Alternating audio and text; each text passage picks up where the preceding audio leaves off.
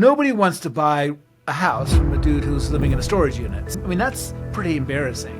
You've gone broke before 30, despite all of your past. You've been on top of like Real Trends ranked consistently. You have your book, you're a high performance coach. As I was developing this framework, Top of Heart, I thought, well, that's great, Grant. But thinking back to where I was living in a storage unit when I got my first real estate client. So the truth is, I was as genuine as I could be.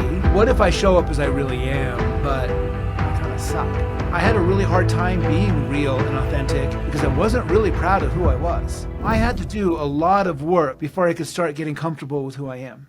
We're in an age where automation is replacing more and more of the moving parts of sales transactions. I believe all that's really going to be left is our ability to forge real, heart-centered human connections. That's something that automation can't replace. Until it can, let's lean into being human beings. Let the AI do the heavy lifting. If we can be authentic, if we can be present in the moment with the people that we're working with, spending time with, if we can be open about our negatives and positives about who we are, but when we add this intention in our lives start to shift. What makes it hard sometimes to turn the corner from being a high-performing salesperson to just a high-performing leader?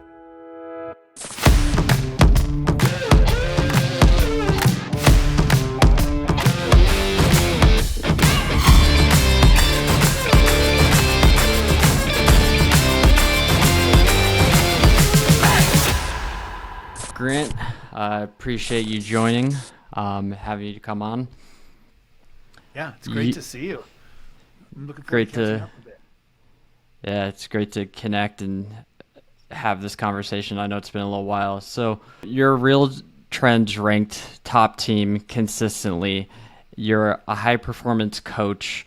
You work closely with Brendan Burchard. You have your book right behind you, Top of Heart. And I saw a quote. You said, "We are at a critical juncture in our culture as chatbots and AI scripts are becoming more mainstream in sales and marketing. It's tempting to let them do the heavy lifting. Let's allow this next generation of technology to manage the knowledge so that we can manage the wisdom, so that we can tend to the soul, so that we can continue with the most important work at hand, building genuine relationships from the heart, one person at a time." Why was that important for you to put that in the book? First of all, that was brilliant. Wow, that was just incredible. Just kidding. Just teasing. That's great. That's great. Here's the thing: is we're in an age where automation is replacing more and more of the moving parts of sales transactions, regardless of whether we're in real estate or insurance or financial advising. And once that transformation is complete, I believe all that's really going to be left is our ability to forge real, heart-centered human connections. That's something that automation can't replace, not yet. And so my argument is, until it can, let's lean into being human beings. It's so much more fun anyway. Let the AI do the heavy lifting. Let the AI do the stuff that we haven't enjoyed, and let us get better and better at connecting person to person. I agree. I think that's like the biggest differentiator between us and technology is that human to human connection. And you have a great way of framing that in the book. You have the mindset, which is the head, the skill set, which is the hand, and the heart set, which is the heart. Can you dive into that from a perspective of a real estate agent and the typical way of building relationships with the know, like, and trust? Yeah, absolutely. So we all learn that top of mind concept. We want to be top of mind with clients. We want to be kind of in front of as many people as possible, to be engaging and to be noticed, so that when someone needs us, when they need a realtor, they think of us first. And that's great. Top of mind, that building a know, like, and trust relationship is at the core of really every successful realtor's business. So I think that's wonderful. I just don't think it goes far enough. At the end of the day, most of my clients know 3, 5, 7, 9 realtors, depending on where they live. My clients in Boulder, every other person's a realtor. They know lots of realtors. They know them, they like them, they trust them. So there's just not enough information there for them to make a decision about who they go with next. And I believe that all things being equal, and we'll get to that part in a second, because I don't think always things are equal. But all things being equal, we're going to work with people who we feel are real, genuine, and who we have a real human connection with. So the mindset of Top of Heart is all about getting real. If I can use the A word, authenticity. Yep. So overused. Yep. But if we can be authentic, if we can be present in the moment with the people that we're working with or we're spending time with, if we can be open about who we are, about the negatives and positives about who we are. And that doesn't mean that every client needs to know everything about us, but just that we can be open and then that we can be helpful. So that's a mindset. But as I was developing this framework, Top of Heart, I thought, well, that's great, Grant. But thinking back to where I was, and I'm happy to touch on that later if you'd like, I was living in a storage unit when I got my first real estate client. So the truth is, I was as genuine as I could be, but nobody wants to buy a house from a dude who's living in a storage unit. So, I had to protect myself to some degree. But I know a lot of authentic, genuine realtors who still struggle month after month. Yep. So what if I show up as I really am, but I kind of suck? So that's where I built in the skill set piece, because I believe that, all things being equal, people will work with those that they know, like, and trust. But first we have to get to the place where all things are equal. And that means that we need to move through our business at a level of excellence that's at least equal or better to our greatest competitors, those competitors who have the clients that we want to have. So the skill set piece is about developing a culture of excellence, a culture that will attract the best clients. We need to build some strength, whether that's emotional strength, certainly need emotional strength in this market. We need emotional strength as we work with clients who sometimes are undergoing a transformation in their lives that is terrifying. We need to grow our personal impact so that when we spend time with people and we engage with people, not only are we top of mind with them, but we create a real influence in their lives. And then we need to create a culture of excellence, as I said. So that's the skill set. And we can go on to heart set when you want, but heart set is really just going from me to we. And to me, that means just creating a community around us. I don't say that I have a database. I say I have a community. And that community, we're all stronger together than we are apart. The sum of the parts, all of that stuff. But creating a heart set is around getting intentional. So for me, intention means when I'm about to spend some time with someone, I think, how would I like them to feel at the end of this interaction together? And then how can I help them feel that way? And that might be helping let's make that more practical. I use what I call the snapshot method. So if I'm sitting in a parking lot before closing, I'll take a quick snapshot in my mind of that buyer at closing. And I'll think, okay, they're brand new first-time home buyers. They're super nervous about what they're doing. People all around them are telling them it's the wrong time to buy. How do I want them to feel at the end of this closing? And then I go into the closing thinking, well, I want them to feel confident about what they're doing. I want them to have some joy about what they're doing. I want them to feel like they have answers to their 9,467 questions. I want them so I'm going to come into that moment with enthusiasm and passion, certainty. And I'm going to bring patience with me for all those questions. But that's around just being a little bit more intentional. And when we do that and we show up and we're really with that other human being in that moment, we create beautiful relationships. And we create clients for lives. and we create people that have an experience with us that goes so far beyond just that simple transaction. So the relationships aren't defined by the length of the transaction. They're defined by kind of a natural, organic relationship would be. Every relationship has kind of its natural path. So that's heart set. And I know that sounds a little woo-woo, but how many times do you check your cell phone a day? The average American checks their phone 144 times a day.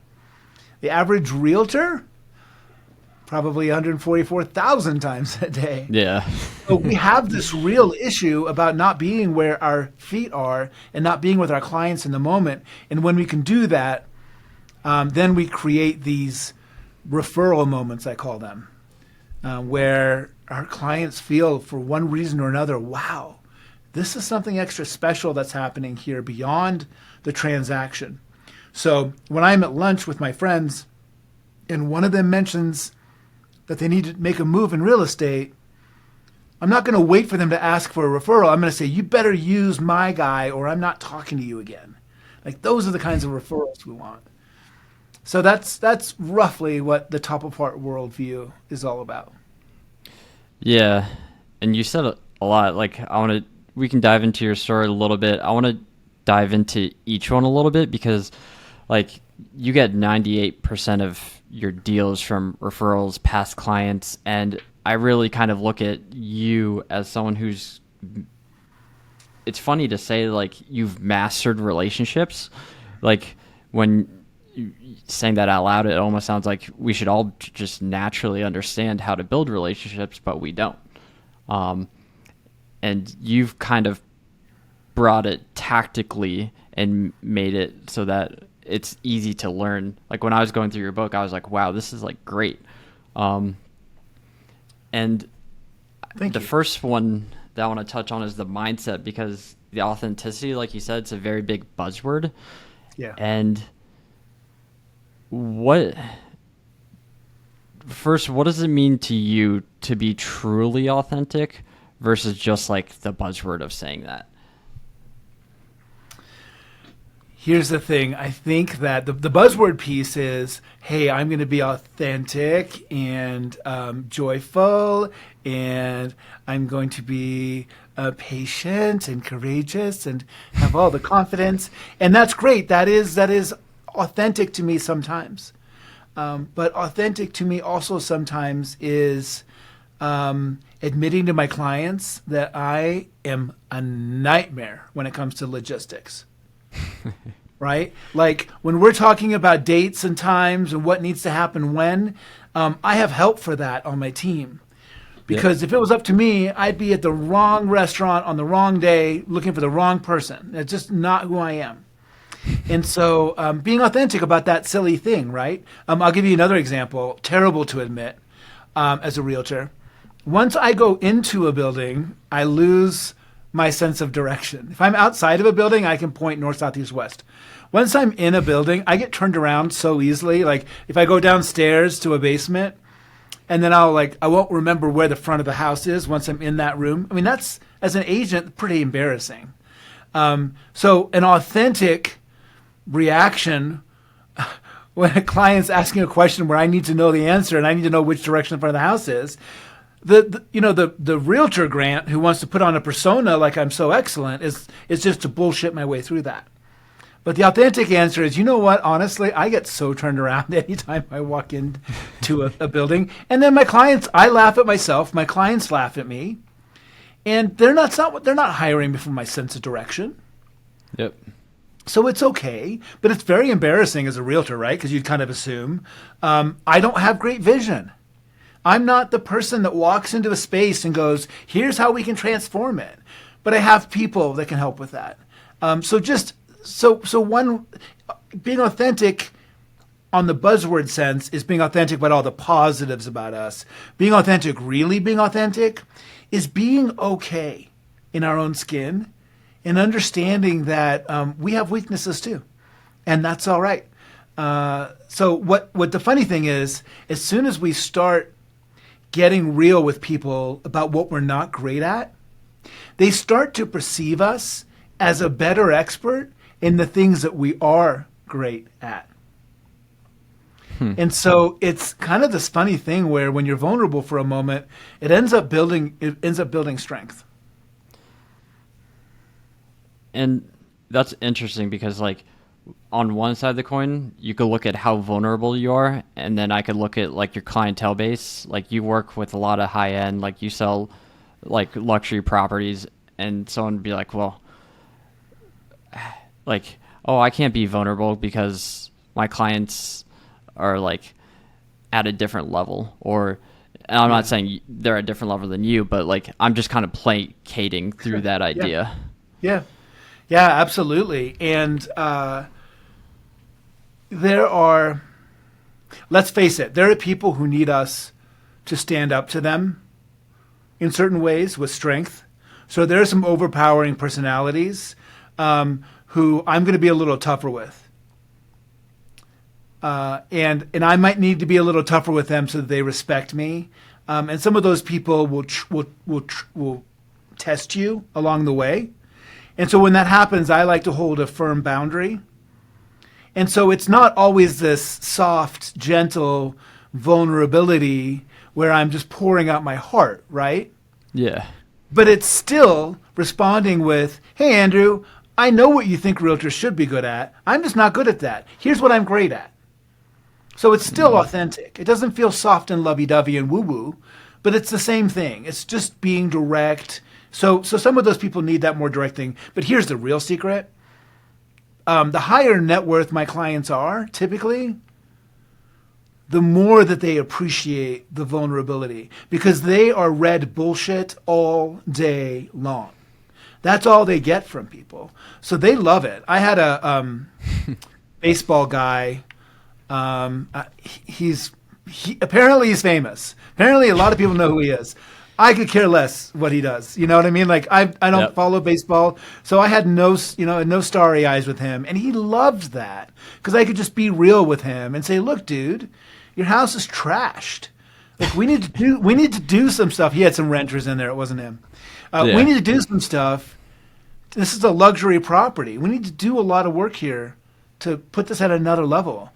And he said, gosh, Grant, I just love the way you just tell me the truth. I just love the way that you're not trying to soften everything to stay in my good graces. I really appreciate that about you. And that started a really nice referral chain for me. So that again is another example. That's not always easy to do. I will say that, living in that storage unit, the truth is, I had a really hard time being real and authentic because I wasn't really proud of who I was. And so I had to do a lot of work over that 5 years before I could start getting comfortable with who I am. And it's a lifetime of work. I've got a long way to go. So I have coaches and I go to therapy and I meditate and, I do all the things to continue to find what is true and real about who I am. Mm-hmm. And find a way to be okay with that. So it's not just a moment in time. And that's the buzzword is just, I'm going to be authentic. It's not something we be. It's something we are always becoming. And that's interesting because you just saying that made me kind of think of two sides. So like, for example, when you're coming from strength and what some people might equate to is like, oh, he's at this level, so easy for him to be vulnerable, to be real. But then the other side of the coin is like, how can you still bring that vulnerability even though you might be at a point of weakness in your life, like when you were saying earlier, when you were struggling? Yeah. I mean, here's the thing. I had a friend reach out to me today. He's a really highly successful insurance guy, and we talk business a lot. And he's like, how are you doing? I'm like, awful. I'm doing awful, thank you very much. Like, life is good overall. My pipeline doesn't look great. I'm not happy with where we're at right now. I'm disappointed in myself. We're coming into the fourth quarter, and this is not turning out to the year I wanted it to be. I thought I had more control over my destiny than this. I'm having a hard time dealing with that. It's the truth. And I think we need, that all being said, if a client asked me, how am I doing today, in the context of about to sell their house, I'm not going to say awful, right? I can say, I'm doing great. It's a little tough right now you should know this market's a little choppy right now. There's a lot of fear in the market. People are having a tough time. That's another way to be authentic still. I'm still going to make the message fit the audience, right?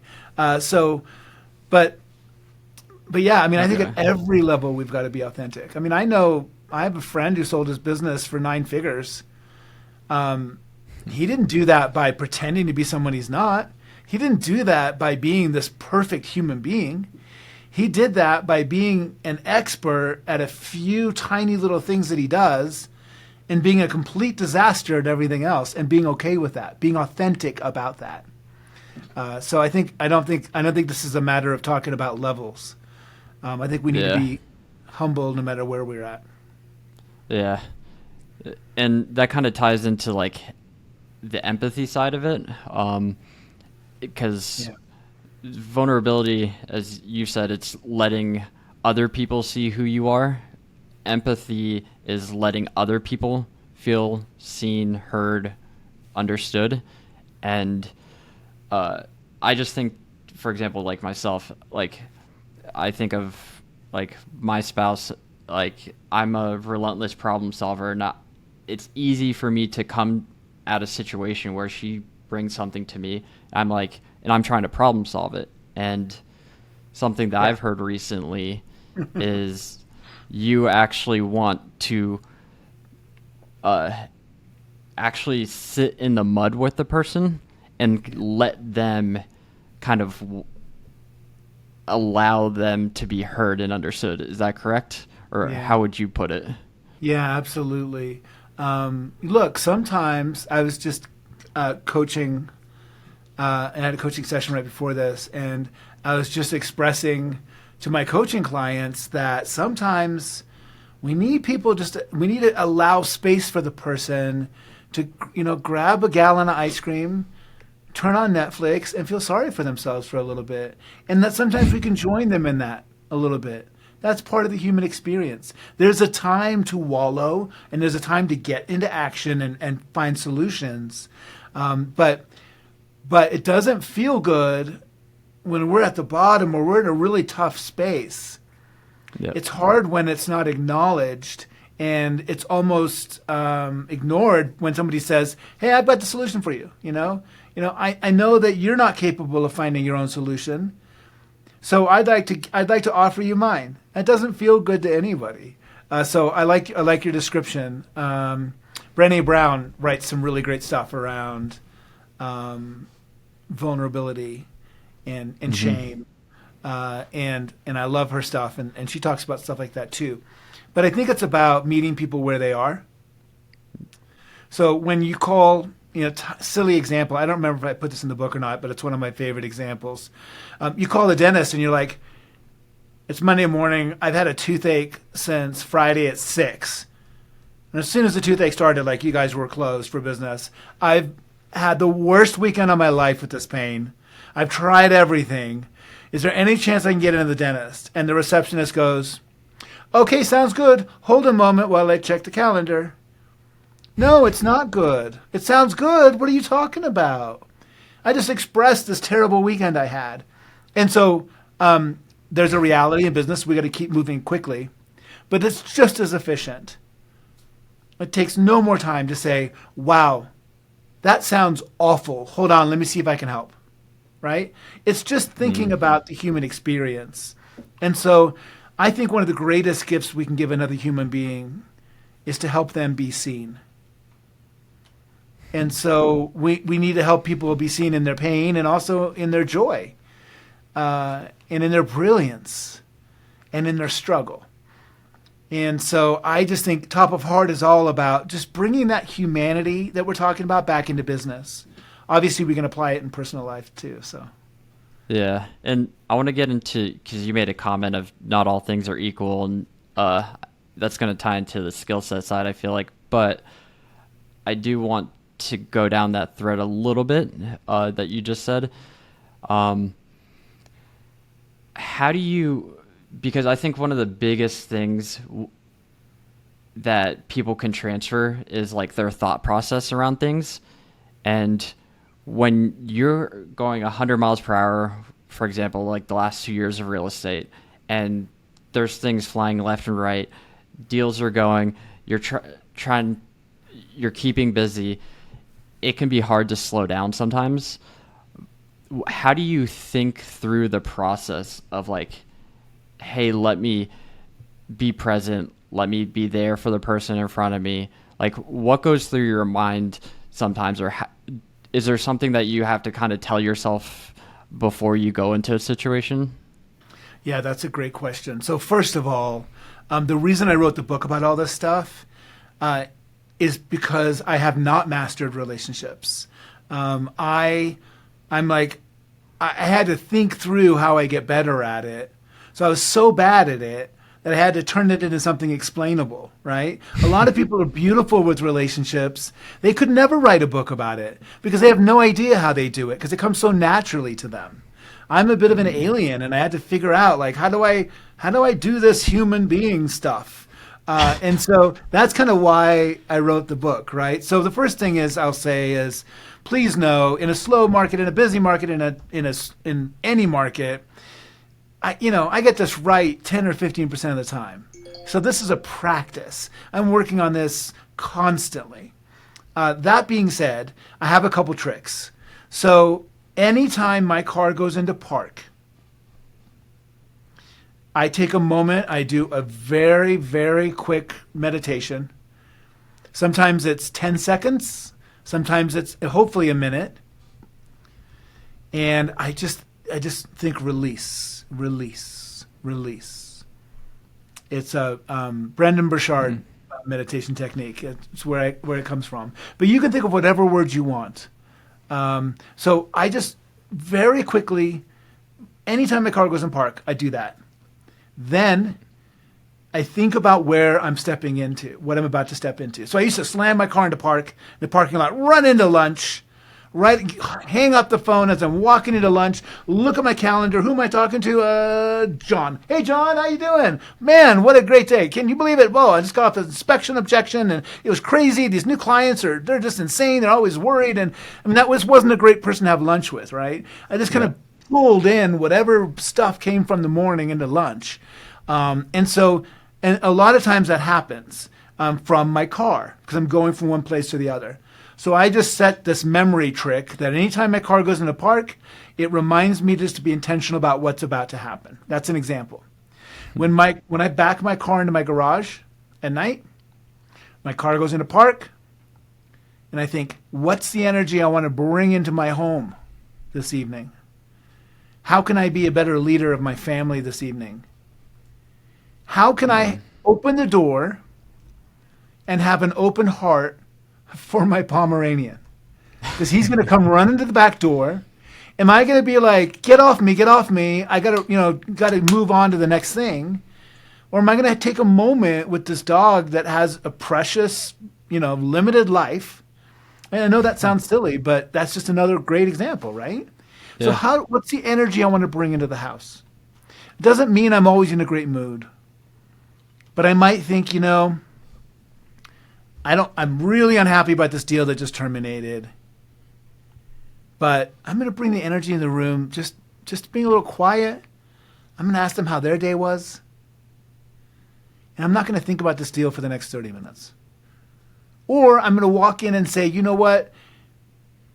I need 10 minutes on my laptop before I can really come home. Just give me 10 minutes. But it's just a moment, right, to think about how we want to show up.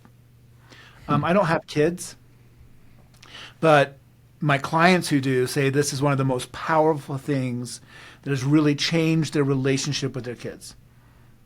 Because before they pick their kids up in the school line or at school, daycare, whatever, they think, how do I want to be a parent in this next 10 minutes?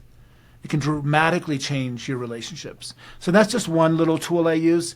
Another place where I have a memory trick in place, anytime I walk into my real estate office, when I cross that threshold, I think about what kind of leader I want to be for my team.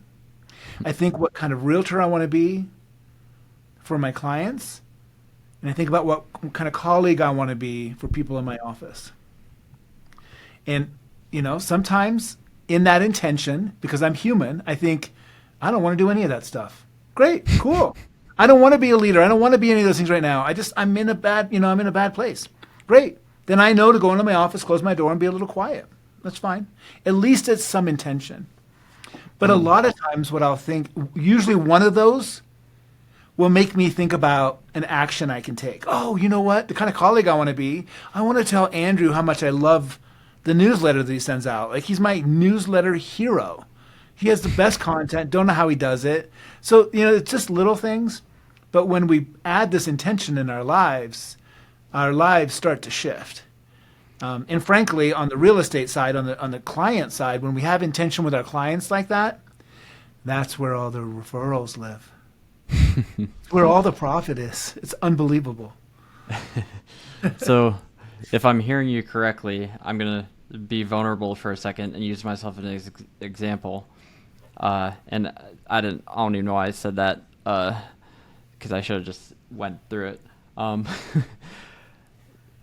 During the building phase of a business, especially in a time like now, like I'm sure a lot of people in real estate can probably resonate, is that you spent, like, for example, for me, like I spent a lot of time working. I could be classified as a workaholic. My wife would probably say that. And what you're saying is one of the biggest tricks that you can do is that when you're going into a situation, take the second to stop, think about the situation you're going into, and you basically leave everything else at the door and just think about what is the situation that I'm stepping into, whether that's I'm spending time with a loved one, I'm going to meet a client, etc. Yeah, as best you can. As best you can. It's so hard not to pull in stuff when it's heavy, right? Mm-hmm. But to the extent that we can show up in the moment, we will find all the power. My client who was anxious in this last call about a number of things, I said, how are you doing right now? He said, like, now? I'm like, yeah, like in this exact moment, how are you doing? He's like, well, I'm okay right now. And I said, well, and how about now? I said, I'm still okay. I said, and now? I said, I'm still okay. Just kind of reminding ourselves about what's real in this moment. Again, I know it sounds so woo-woo, but there's something to be said for appreciating what's right in front of us. And like Andrew, you said you're married and you're a workaholic. The value, I'll speak for myself. The value for me in my relationships with my family of leaving my phone in my pocket on Do Not Disturb for, God forbid, 30 minutes at a time for dinner or something, it's beyond measure. It's so special. And it shouldn't be. I think it shouldn't be that unusual, but it is for me, unfortunately. Like, I'm on my phone a lot. And we all are in different ways. And when my phone rings, it can be $30,000 ringing. Yeah. So, like, it's really trained me like a monkey to push on that lever. And that's fine. And the thing is, I can always make another $30,000. But there's nothing I can do to get that 30 minutes back. It's gone. And so just understanding the value of that time has really changed and shifted things for me. So being present, and I'm going on and on, but being present, and allowing that phone to set aside for a moment, giving myself the gift in the morning of being Grant for that first hour before I let the world take me by storm with emails and news and all that stuff. Just allowing myself to be me for an hour. Again, another great gift. So nice. These are all practices. Again, they're called practices for a reason. I'm just practicing this. I get it right 20% of the time maybe. Yeah, no, that it's good because it also makes you remember that like it's a constant, never-ending journey of like you're never going to be perfect at it, so you have to constantly work at it. Yeah. I was curious because you said this twice, and I've heard other people say this. How powerful do you think just the simple phrase of "How are you today" is? I don't think it's the phrase. Sorry, the question. Okay. Maybe Yeah. just asking the person. I think it's around being available for the answer to that question. Okay. So, how are you is a great question, but it's really around being available for the real answer. Asking the question in a way that you really want to know how someone is. And it's interesting because I don't know about you. We'll spend time with people sometimes and think, gosh, they're a little off today. What's going on? And we start to build a story in our minds about what that could be. I was doing it this morning and thinking, I wonder if she broke up with her boyfriend because she just seems really unhappy. And when I asked, how are you? And she told me, it was totally something else. And it wasn't that big of a deal. I feel people's energy, and I just turned it into something way bigger than it needed to be. But I think caring enough to ask is great. Okay. And also paying attention to kind of the nonverbals, right? Yeah. So I've had clients ask me, what's that, $240 on the settlement statement? And I'll realize it's something I hadn't talked to them about. And I'll realize that I have a moment to be trustworthy. I have a moment to demonstrate that I will do what's right. And so it's easy for me to say, well, it's this, and this, and that's just the way it is. It's another thing to say, you know what, I never brought that up to you. And I believe that no one should have any surprises when it comes to the settlement statement. So don't worry what that is, I'll take care of it. Just to own that mistake, for instance. Wow. So the how are you in that, again, to get back to your question, though, is to hear how they are in that situation, right? Yeah. So to hear that they're not just asking, what is that 240? What they're asking is, and that's not always the case, not to overread into it, but sometimes what they're asking is, what is that 240? Why have I not heard from it before? And can you be trusted? Because I feel like I'm getting nickeled and dimed here. And you told me that you would, you'd share with me everything that I'd be paying for. So sometimes there's some deeper meaning in the how are you than what we realize. So caring enough to ask and then being there for the answer.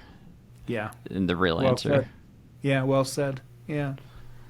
So I think that ties into the next, which is skill set. And you, funny enough, mentioned not all things are equal when it comes to real estate, which is, I agree. I think there's a big difference between like what you do and what like the average agent does. So I want to talk a little bit about that because you mentioned how you can kind of be all over the place with logistics and details, but then you also equate skill set as consistency and excellence. So how do you combine the two when you're a very visionary person, but you want to create this consistent, excellent experience? I had to hire a boss called an operations director, and she makes sure that I stay consistent, and she runs the systems that we've created together so that excellence is not left up to my mood, which can change from day to day. So the system's in place on day 7. Day 7 is the golden hour of referrals. The buyer closes. I call them day 7. It's been a week since you closed. I thought I'd call and ask you 2 questions. And I asked them 2 very difficult questions. The first question is, how's the house? And the second question is there anything that's come up that I could help with? And the reason they're difficult questions is because the answer always means I have to do more work. There's always something that's come up. But here's the thing. I'm calling on day 7, so they know I got paid a week ago. I'm only calling because I care. And yes, something has come up, but because I'm calling so quickly after closing, I'm here for that something that came up. So that something that came up isn't coming up in a vacuum where my client has the opportunity to start to feel bad about the transaction or wonder if I even cared or how did I miss this thing. If maybe it's even my mistake. But because I'm there for it and proactive, I get to show up in that moment when things aren't working well. And I get to solve that problem. You talked about being a great problem solver. Here's the time to solve the problem. Cool. Sorry to hear that their cleaner sucked. Here's Carla's phone number. Just tell her to bill me and schedule the time for her to come over and get that cleaning done right. So I call it the golden hour referral because these calls create referrals like just abundance. It's unbelievable. This is where the referrals come from because this is the opportunity where they know I'm calling because I care. I already got paid.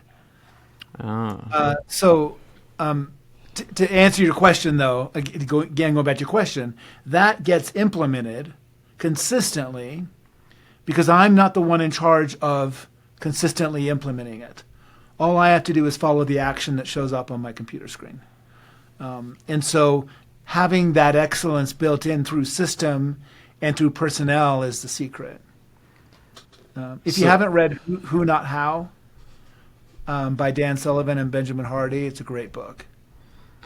That's a great book, Who Not How. Yeah. So is the reason you call it the golden hour because it's that period between you've already gotten paid, so there's really technically no benefit? Yeah, my clients know that they are the least likely people in the city of Denver to buy or sell a house because they just did it 7 days ago. So they know that I'm not possibly calling for any business, right?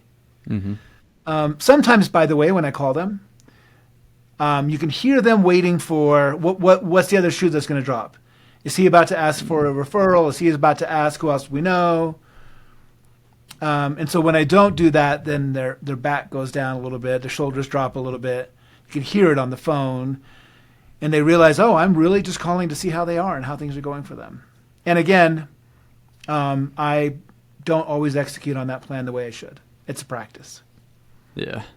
So I have a question. Being such a high performer like you are, or what you've built up to who you are today, there's a lot of the times in sales, there's a lot of like amazing salespeople, but it's turning the corner of that to the next level of being a leader, or being able to not be the only person and allowing you to build out more support. Why do you think, or what makes it hard sometimes to turn the corner from being a high performing salesperson to just a high performing leader or getting to that next level? Being a great salesperson is often a lonely job. You know, we're out there, we're with our clients, but we don't have many colleagues. We're just out in the field, doing what we can to make a living for ourselves. And being a great leader is around the opposite. It's around growing through other people.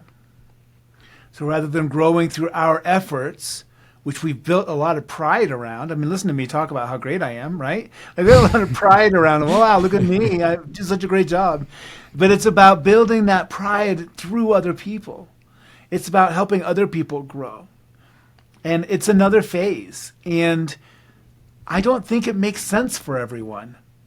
Yeah. I think there are people who are unbelievable individual contributors. And it would be silly. It would be a waste of time for them to slow down to go do that.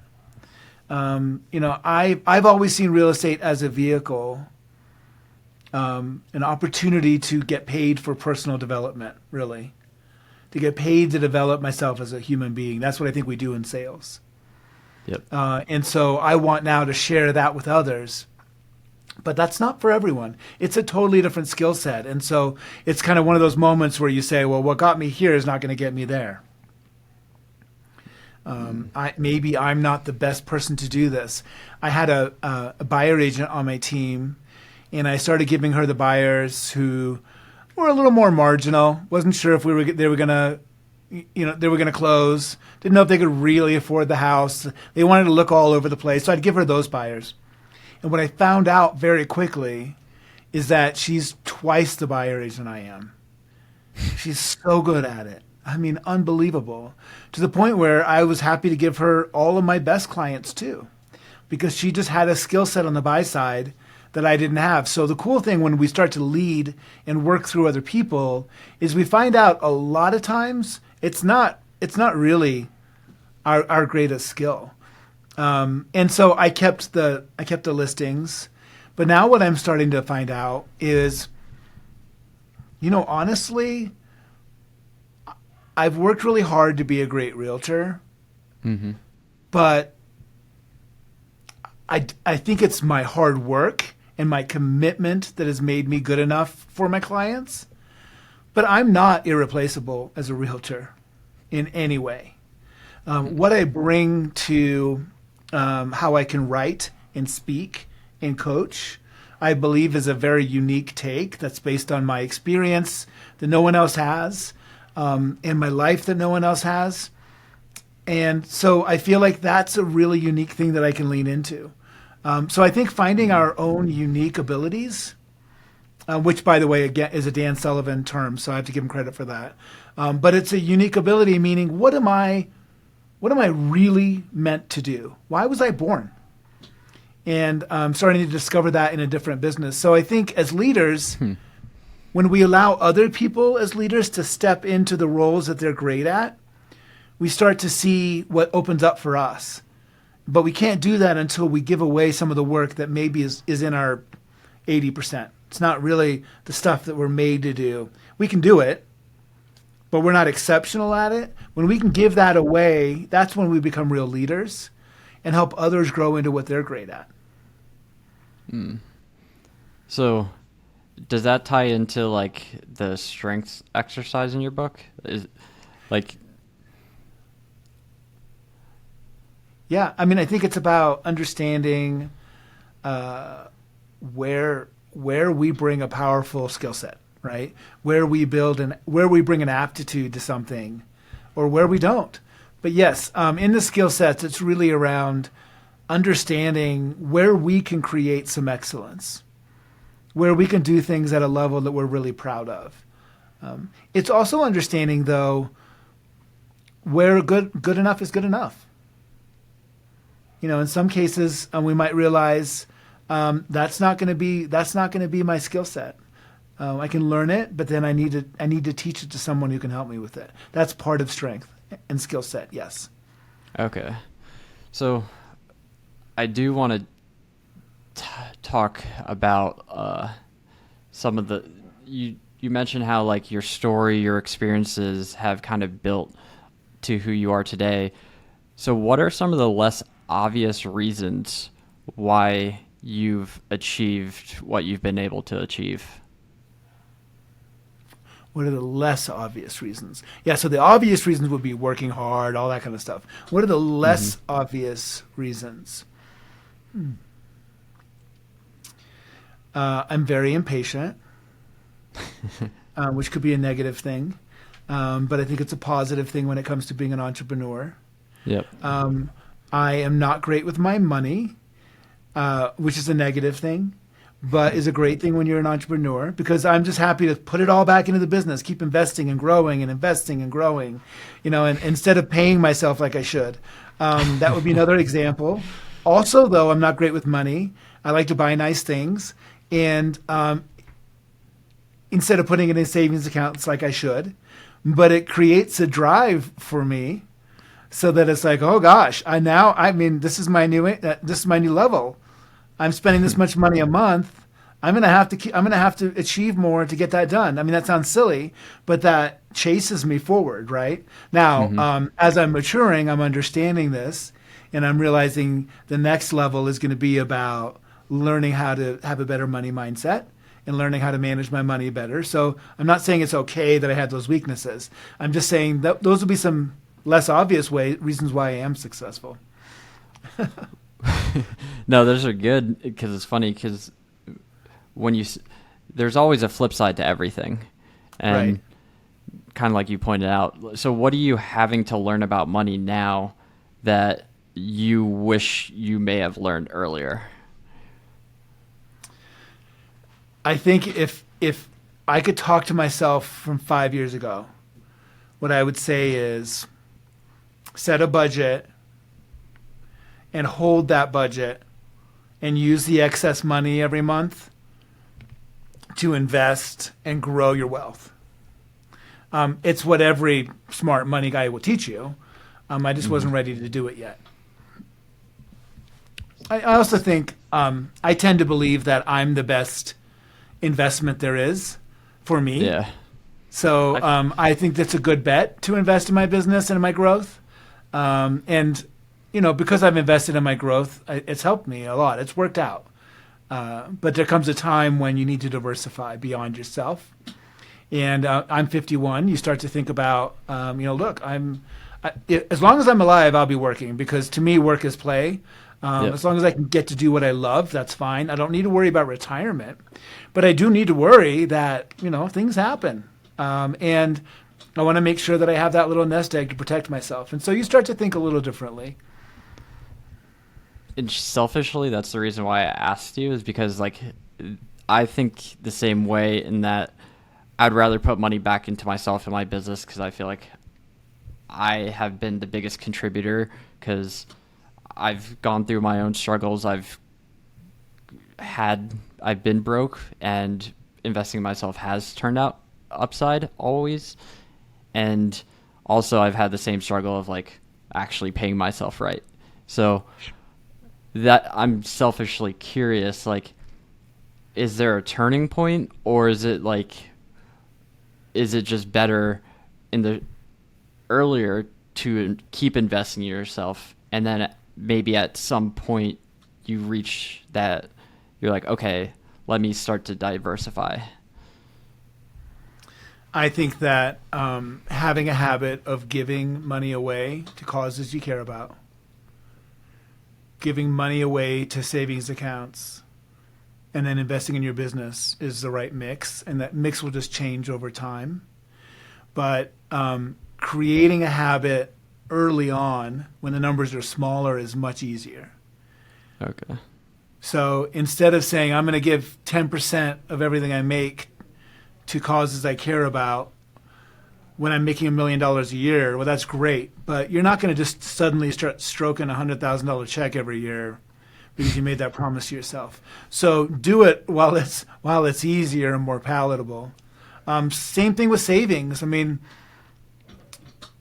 if you can save from a gross commission income perspective, in a perfect world, if you can save 20% of every check you get and put it in a savings account, so until you've got 6 months. I'm not a financial advisor and know nothing about what I'm talking about. This is from other people teaching me.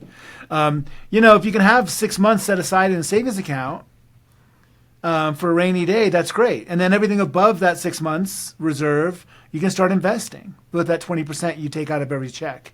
And in my case, I can't afford to do that because I'm spending too much money relative to what I make, right? Sometimes.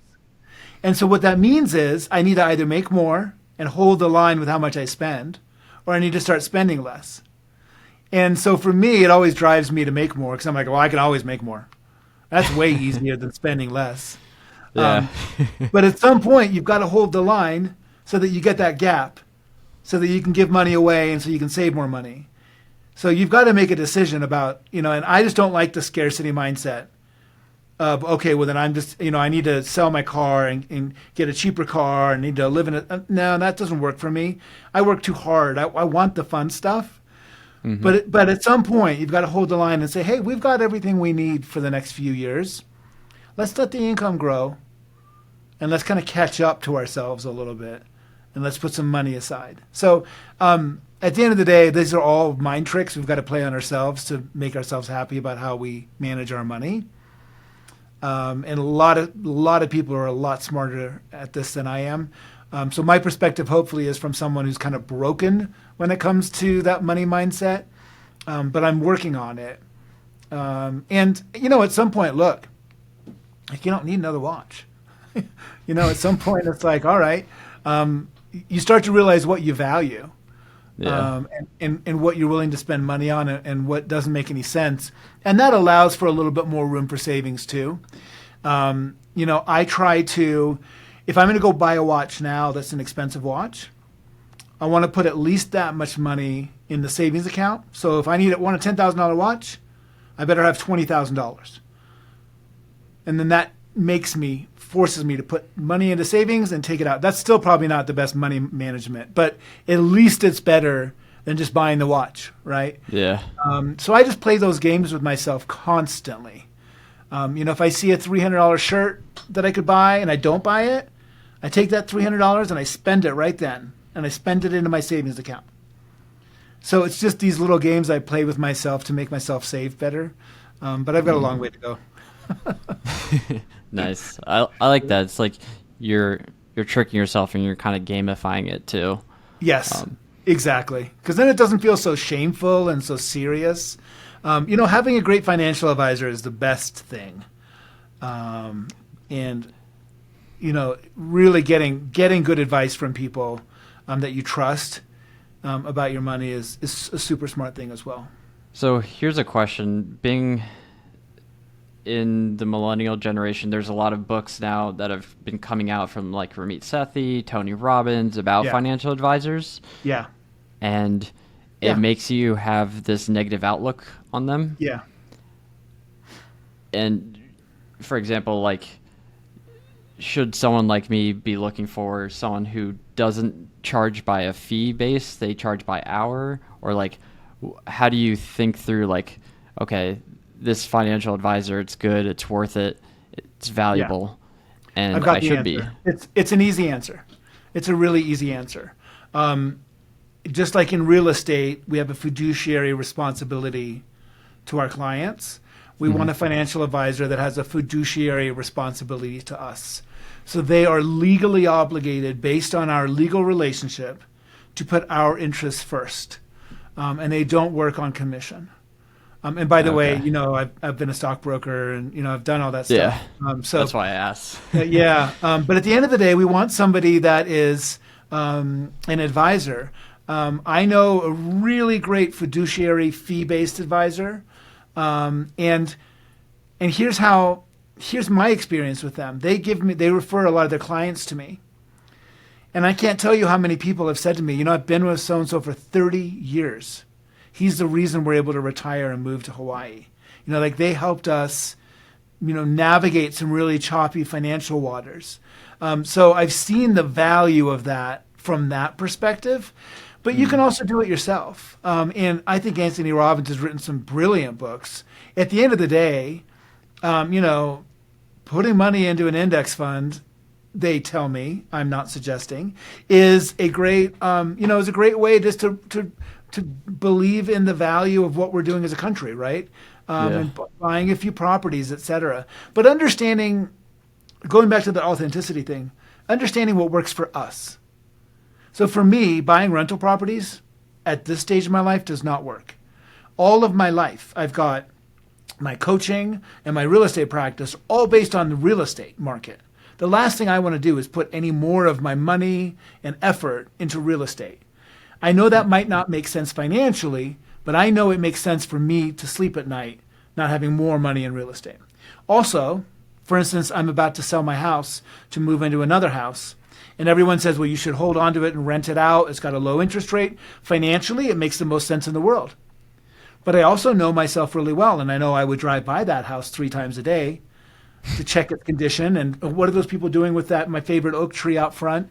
Are they taking care of it? What's happening? They need to paint the fence. It would make me crazy.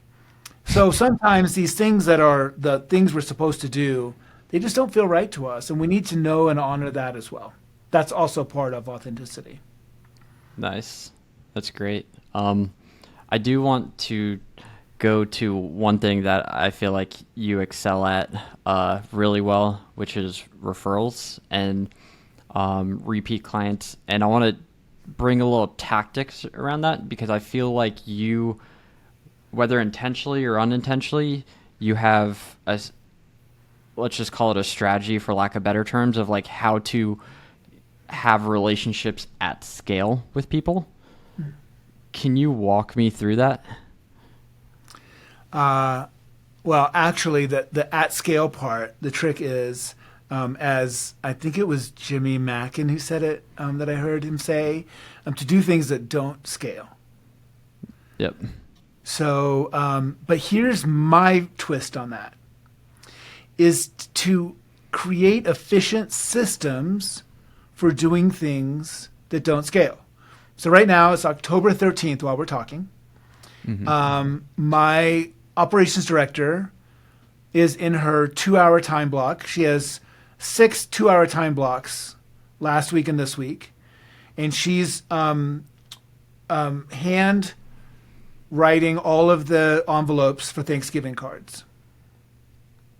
When I see her on Tuesday for our meeting, she's going to give me half of the Thanksgiving cards, about 175. And I've got time blocks set aside to write in them. But all I have to do, I don't have to think about who I'm writing to or address an envelope or stamp it. All I have to do, it's sitting in the envelope. I just have to go, hey, Andrew, thinking of you. Happy holidays, my friend, Grant. And yes, it's going to take several hours to do it, but it's all a simple process, so it's all ready to go. On the 15th of every month, she gives me birthday cards in exactly the same way. And I write out the next month's birthday cards that she's already figured out from our CRM. I just write it out. Hey, Andrew, hope you have a great day on your day, Grant. So these things don't feel like they are scalable, right? I couldn't do it for 10,000 people. But when you create that kind of real human connection with a few hundred people, you build a business. You build a really nice business. So that's relationships at scale. I have tried to be very efficient, as that story in the opening of the book, where I was trying to have everybody come to me at the right place. It just turned out to be a mess. It's a great idea, by the way. Michael Mayer, who wrote the 7 Levels of Communication, created that system. It's called the networking stack, and it's brilliant when it's done well. It's just, it didn't work in that venue for me, right? Yeah. So it's about finding what works and what doesn't. So at scale is not a great thing for me, but I do have top of mind tactics so that all 300, 400 people, we probably have 1,000, including email only people. Mm-hmm. They all get my newsletter every month. And I spend 10 minutes editing what my marketing director does, and then it goes out. So it happens, and it can happen without me. So it's at scale. It's still creating a little bit of a relationship. It's not a deep relationship, right? But I try to have some of those systems in at scale as well. But it's the things that don't scale, as Jimmy Mackin brilliantly said. I wish it was mine because it's so brilliant. Just do the things that don't scale. People ask me all the time, what do you do for closing gifts? I don't know. What do you do for birthday gifts for your family? And they say, well, I try to think about what the person would want, and then I go out and get that. I said, bingo. Yeah, that's perfect.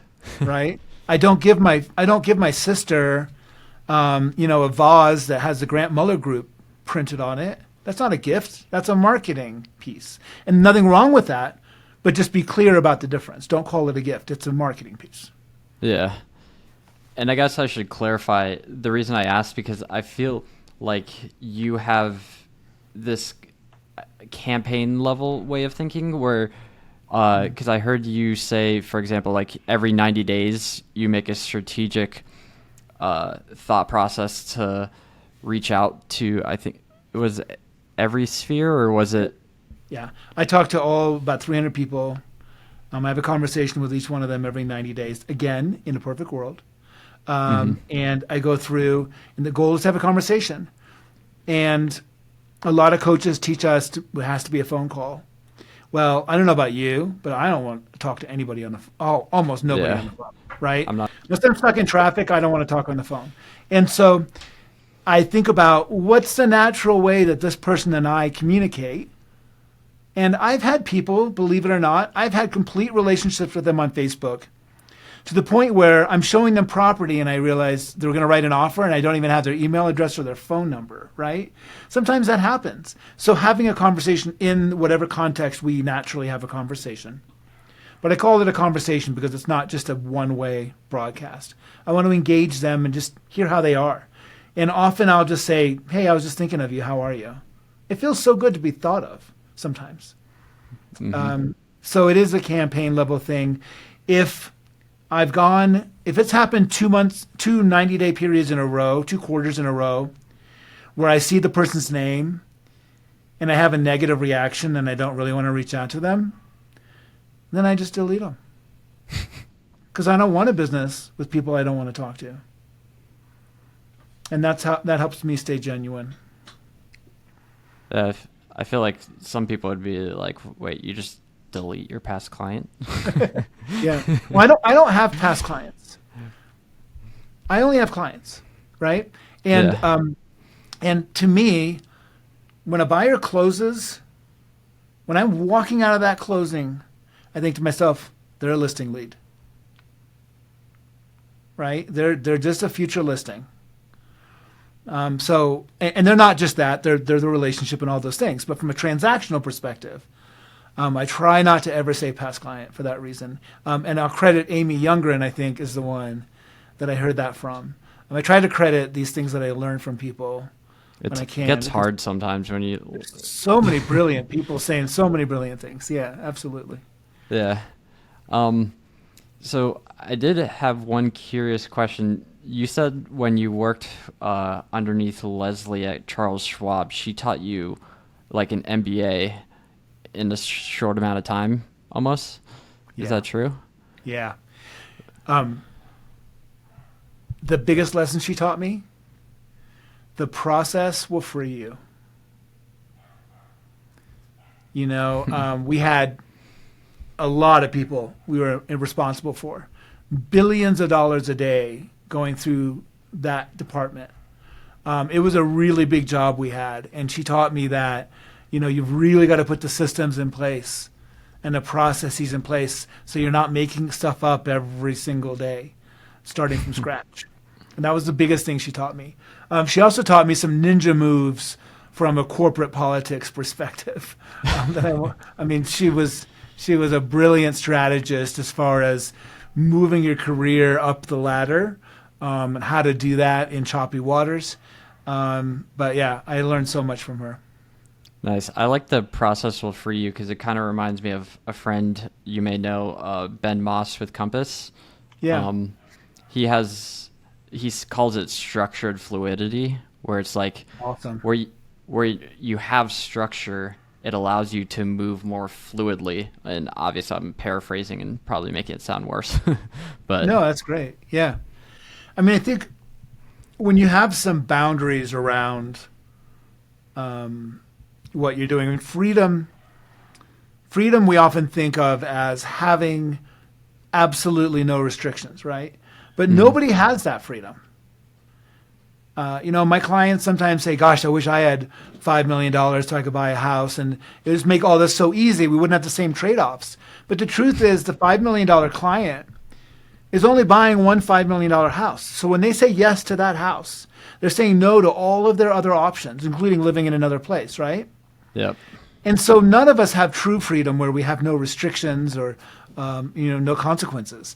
And if we can create some boundaries around it, then we have the freedom to be like, as an example, before we started talking right now, you and I talked about, is there an end time? Is there a hard stop? And so now I can have the freedom to have this conversation with you because I know I looked at my calendar, and actually in this case, I don't have a hard stop. But so I know that we're comfortable here. That's freedom. And when we do that with our clients, where we create some boundaries, then within that time, we know we can do our best work. So the freedom comes from, hey, I know that my client's not going to expect me after 8 p.m. tonight because I told them I'm not available after 8 p.m. That boundary creates the freedom. But a lot of times what we want to do is have freedom with no boundaries, and there's just no such thing. Yeah. I think I went off on a tangent like I obviously do a lot, but I hope that is helpful. No, it was great. So first I want to say, if anyone, I think your book is an amazing mix of storytelling with like practical real life exercises, and it's a great merge of like everything to make it really like tactical and practical to use. Thank you. So I would recommend it by topofheart.com, and Thank you. it's an amazing book. I think everyone who wants to have better relationships, whether it's in business or life, should read the book. So I really appreciate that. I can't wait to read your Amazon review because that sounds like a great Amazon review, and those are so valuable for us. Yeah, I'll write one for sure because Thank you. there's a lot of stuff that I did learn like researching, so I really did like it. That's awesome. Thank you very much. That means a lot to me. What is something that you're absolutely obsessed with right now? Speaking. Speaking. Learning how to become a speaker that can be engaging and entertaining enough so that I can get my message out to the world, so that I can let people know that a couple of things. Number one, anybody can change. It's not too late for anyone. Don't ever give up on another human being, no matter how much they're struggling. I want that message to get out into the world. And I want the message to get out into the world that we can build a profitable, lucrative, really great business with a lot of joy, with a lot of fun, and with real, genuine relationships. We don't have to pretend to be someone we're not to make it in any business. And the book hopefully is the beginning of getting that message out there. But learning how to become an effective speaker is just, I'm absolutely obsessed. I spend several hours a week practicing. I've done a few keynotes, which have been incredible. My speaker coach and I watch those keynote videos like a football player watches plays. And I learn as much as I can about all the distinctions to make myself better and better and better. I'm absolutely obsessed with it. So to leave everyone with something, like, I think it takes a lot to write a book. It takes a lot to speak. And you spent an enormous amount of time, and it shows in the book, your skill. Thank you. So what are 1 to 3 of your best tips? Because effective communication is great for business. It's great if you want to do anything in marketing. It's great, like, really anything. So, like, either your top 1 to 3 tips for communication, or the things that you wish you knew when you started. I'm going to do my top 1 to 3 tips. Okay.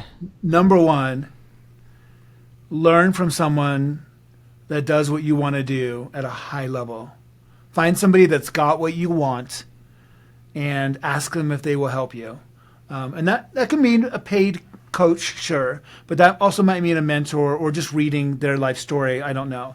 So in my case, to write the book, I hired a coach to help me write the book. She's a book writing coach.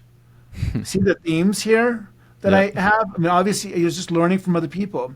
And then she taught me something in that book. And you know this from reading the book. She would say at the end of a chapter, she'd say that chapter ending's not good enough.